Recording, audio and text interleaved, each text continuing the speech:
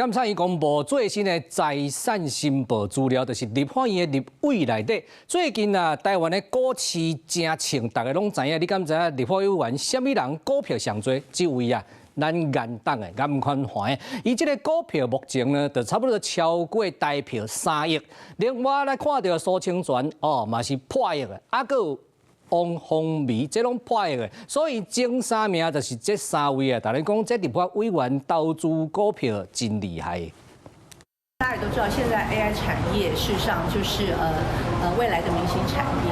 那我覺得大家應該可以做這樣的佈局。講到投資，國民黨立委王鴻薇政府心得，因為伊的財產申報公開了後，迄掛正做民眾討論的焦點。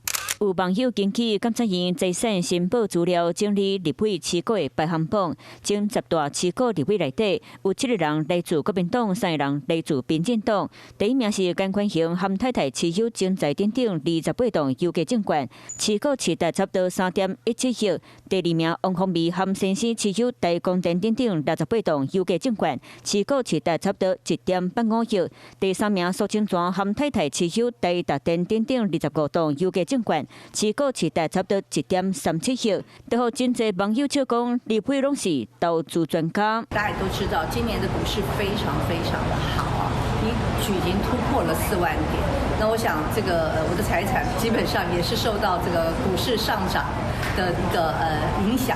起碼5個人就水漲船高，等一下哪一天又要掉下去，我們也不知道。所以我們也是很密切的在關注台灣的產業發展自己在賬面上高高低低，大家看看就好。除了個人資產引發討論，各黨立委持股的規模嘛受到關注。國民黨52位立委持股總持達超過11.6億，民進黨51位立委持股總持達超過4.3億，民眾黨3位立委持股要花4000萬。